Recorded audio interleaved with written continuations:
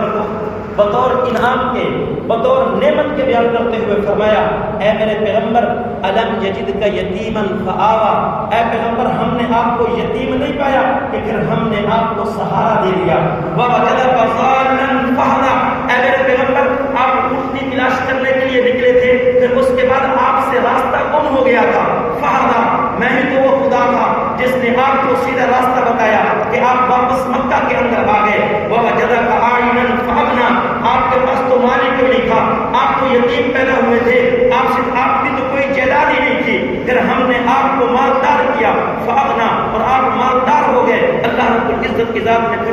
پھر بطور انعام کے اپنے پیغمبر کو یہ نعمتیں گنوا کے دکھائی۔ نبی علیہ السلام حضرت ابو طالب کی کفالت کے اندر آتے ہیں۔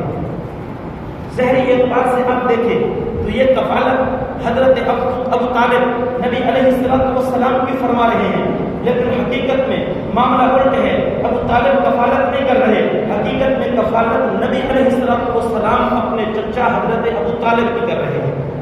وجہ اس کی یہ ہے کہ جتنے بھی ہاشمی گھرانے تھے ان گھرانوں میں سب سے غریب گھرانہ حضرت ابو طالب کا تھا، پھر ان کی اولاد بہت زیادہ تھی، اہل و عیال والے تھے، ان کے گھر کے اندر میرے بھائیوں کھانا پورا نہیں ہوتا تھا۔ جس وقت نبی علیہ السلام ان کی کفالت کے اندر ہے، ان کے گھر میں رہنے کے لیے ہے، پہلا دن تھا، میرے بھائیوں کھانا لگتے ہیں، دسترخوان لگتا ہے، میرے بھائیوں سارے کے سارے ان کے بیٹے جن میں حضرت علی رضی اللہ تعالیٰ عنہ بھی حضرت ابو طالب کے بیٹے ہیں، یہ بھی ان کے اندر شامل ہیں، میرے بھائیوں یہ کھانا لگتا ہے، اس کھانے کے دسترخوان میں سارا کا سارا گھرانہ اکٹھا ہو جاتے ہیں، نبی علیہ السلام بھی حضرت ابو طالب کے پاس بیٹھے ہیں، میرے بھائیوں چونکہ یہ پہلا کھانا تھا، حضرت ابو طالب نے فرمایا کہ اے میرے بیٹے سب سے پہلے کھانے کو آپ شروع کرو، میرے پیغمبر نے ایک لقمہ اٹھایا اور اس کو کھانے کے لیے منہ تک لے کر گئے، اللہ رب العزت کی ذات نے اس کھانے کے اندر اتنی برکت ڈال دی، وہی کھانا جو پہلے اس گھرانے کو پورا نہیں ہوتا تھا،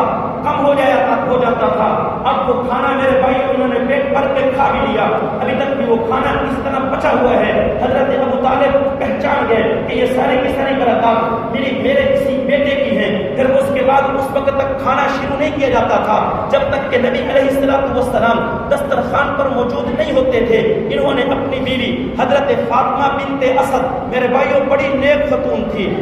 خامد اچھا ہو جتنی مرضی وہ دیکھ بھال کر لے، لیکن گھر کی جو خاتون ہے وہ کسی غیر بچے کو اپنے گھر کے اندر نہ رہنے دے تو خامد بے بس ہو جاتا ہے، لیکن جو حضرت فاطمہ بنت اسد ہے یہ انہوں نے نبی علیہ السلام کی اتنی خدمت کی ہے، اتنی ان سے محبت کرتی تھی کہ شاید اگر فاطمہ بنت اسد نہ ہوتی، میرے پیغمبر کی حقیقی ماں سیدہ آمنہ موجود ہوتی، کہ شاید وہ بھی نبی علیہ السلام کی اتنی خدمت نہ کر سکتی جتنی کہ انہوں نے خدمت کی ہے۔ نبی علیہ السلام پر ایمان بھی لے کر آئی، اپنا بیٹا کہا کرتی تھی، نبی علیہ السلام ان کو اپنی اماں کہا کرتے تھے۔ پھر ایک وقت آیا جس وقت ان کا انتقال ہوتا ہے، نبی علیہ السلام نے اپنی اس ماں کو خود قبر کے اندر اپنے دستے مبارک سے اتارا ہے، صرف دستے مبارک سے قبر میں بھی نہیں اتارا، اپنا جو کرتا پہنا ہوا تھا اس کرتے کو اتار کے اپنی اس ماں کا کفن بنایا ہے۔ یہ دنیا کو بتا دیا، دنیا والوں سن لو،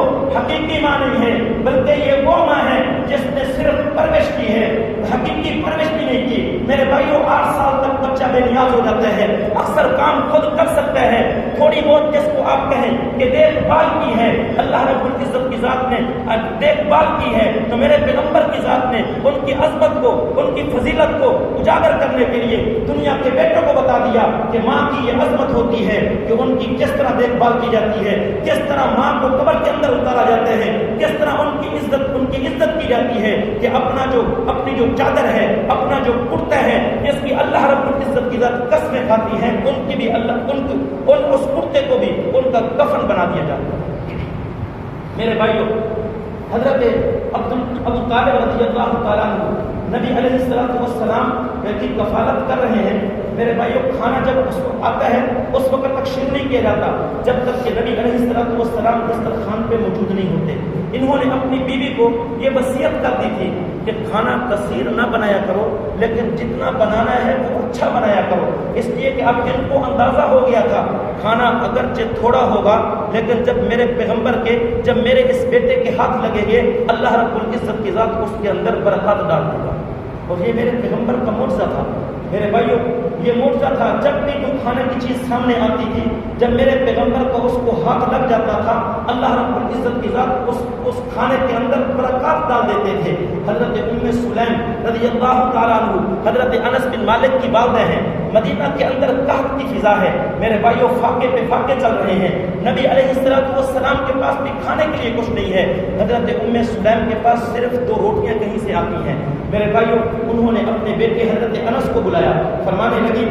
ایک روٹی ہم گھر کے لیے رکھ لیتے ہیں اور ایک روٹی اس کو چھپا کے جا کر میرے پیغمبر کو دے دو اور کہو کہ میری اماں نے آپ کے لیے یہ روٹی بھیجی ہے۔ اس میرے بھائی اس روٹی کو اٹھایا گیا، اس کے اندر گھی ڈالا گیا، اس کو لپیٹا گیا، اس کے بعد اس کو ایک رومال میں رکھا گیا، رومال میں لپیٹ کے ان کو کہا کہ تم یہاں بغل کے اندر چھپا لو تاکہ کوئی دیکھ نہ سکے، اور یہ اس وقت جا کر نبی کو دینا جب نبی علیہ السلام اکیلے بیٹھے ہوں، ان کے صحابہ ان کے پاس نہ ہو۔ اس لیے کہ اگر آپ نے اس وقت جا کر ان کو روٹی دی جس وقت صحابہ بھی بیٹھے ہیں تو نبی علیہ السلام اکیلے اس روٹی کو نہیں کھائیں گے بلکہ اپنے صحابہ کو دے دیں گے۔ اس لیے جو ہے اکیلے میں روٹی دینا۔ جس وقت حضرت انس کے نبی علیہ السلام بیٹھے ہیں، صحابہ کی ایک جماعت میرے پیغمبر کے ارد گرد بیٹھی ہے، حضرت انس انتظار کرتے ہوئے دور کھڑے ہو گئے، میرے پیغمبر نے پہچان لیا کہ یہ گھر سے روٹی لے کر آئے ہیں، فرمایا اٹھو میرے صحابہ اٹھو، یہ انس کے گھر والوں نے آپ کی دعوت کی ہے۔ جس وقت صحابہ نے یہ سنا خوشی کے عالم میں اٹھ پڑے، حضرت انس کے گھر کی طرف چلنے لگے۔ حضرت انس چھوٹے سے بچے تھے، دوڑتے ہوئے اپنے امی کے پاس گئے، امی آپ نے تو ایک روٹی دی تھی، نبی کی ذات جو ہے وہ سارے کے سارے صحابہ کو ہمارے گھر کی طرف لے کے آ رہے ہیں۔ حضرت ام سلیم کہنے لگی آپ نے ان کو بتایا تھا کہ میرے پاس ایک روٹی ہے؟ فرمایا بتایا تو نہیں تھا، لگتا یوں ہے اشارہ تک ان کو پتہ چل گیا تھا کہ ان کے پاس صرف ایک روٹی ہے۔ فرمایا پھر فکر کرنے کی ضرورت نہیں۔ نبی علیہ السلام حضرت ام سلیم کے گھر میں پہنچتے ہیں، حضرت انس کو حکم دیا جاتا ہے ایک پرات نکال لو اور اس کے اندر اس کے ٹکڑے کر دو اور اس کے اوپر جو گھی ہے وہ ڈال دو، ایک سلیڈ سا بنا دو اور پھر اس کے بعد اس کو لے کر آ جاؤ۔ میرے بھائیوں سلیڈ بنا دیا گیا اور اس کھانے کو نبی علیہ السلام کے سامنے رکھا گیا۔ میرے پیارے پیغمبر نے ایک لقمہ اٹھایا، اس کو منہ تک لے کر گئے، پھر صحابہ نے کھانا شروع کیا۔ حضرت انس بن مالک کہتے ہیں خدا کی قسم سارے صحابہ نے پیٹ بھر کے کھا لیا، ہم گھر والوں نے بھی پیٹ بھر کے کھا لیا، جتنی سلید ہم نے بنائی تھی اتنی سلید برتن کے اندر اب بھی باقی۔ یہ نبی علیہ السلام کا معجزہ تھا۔ جب کبھی دودھ ملتا تھا، کیونکہ غربت تھی، حضرت ابو طالب کے پاس دودھ نہیں ہوتا تھا، جب ان کو کبھی دودھ ملتا تھا ایک پیالے میں ڈالتے تھے، پہلے نبی علیہ السلام کو پیش کیا کرتے تھے۔ میرے پیغمبر کی ذات اس پیالے کو جب منہ لگاتے تھے اللہ رب العزت کی ذات اس دودھ میں برکت ڈال دیتے تھے، پھر یہ پورا گھرانہ دودھ پی لیتا تھا۔ میرے بھائیوں اس طرح پیالہ دودھ کا بھرا رکھ کے پڑا ہوا، اور یہ بھی میرے پیغمبر کا معجزہ تھا۔ میرے بھائیوں جب کبھی بھی میرے پیغمبر کے پاس دودھ آیا ہے، میرے آقا نے جب اس دودھ کو منہ لگا لیا، پھر جتنی جماعت موجود تھی میرے بھائیوں اس پوری کی پوری جماعت نے دودھ پیے ہے، لیکن وہ دودھ ختم نہیں ہوا۔ میرے بھائیوں اصحاب صفہ ہے، اب وہاں کے طلباء جو پڑھ رہے ہیں ان کے پاس کھانے پینے کے لیے کچھ نہیں ہے، فاقے چل رہے ہیں۔ حضرت ابو ہریرہ رضی اللہ تعالیٰ عنہ فرماتے ہیں میری یہ حالت تھی کہ میں مسجد کے دروازے پر یوں لیٹا ہوا تھا، جیسے یوں محسوس ہوتا جیسے مجھے مرگی پڑی ہوئی ہے۔ وہ لوگ یہ سمجھتے تھے شاید ان کو مرگی کا دورہ پڑا ہوا ہے اس لیے یہ لیٹا ہوا ہے، لیکن حقیقت میں بات یہ نہیں تھی کہ مجھے مرگی کا دورہ پڑا ہوا ہو، بلکہ یہ بھوک تھی جس کی وجہ سے میں چل نہیں سکتا تھا، اس لیے میں مسجد کے دروازے پر پڑا تھا کہ شاید کوئی آئے گا مجھے اٹھا کے اپنے ساتھ لے کر جائے گا اور مجھے کھانا کھلا دے گا۔ لیکن چونکہ اس وقت تو کسی کے پاس کچھ بھی نہیں تھا، اگر گھر کے اندر موجود ہوتا تو صحابہ ضرور لے کر جاتے، جب کسی کے پاس نہیں تھا تو وہ صحابہ یہ بہانہ بنا کر چلے جاتے تھے کہ شاید ان کو مرگی کا دورہ پڑا ہوا ہے اس لیے چلے جاتے تھے۔ جب نبی کی ذات گزرتی ہے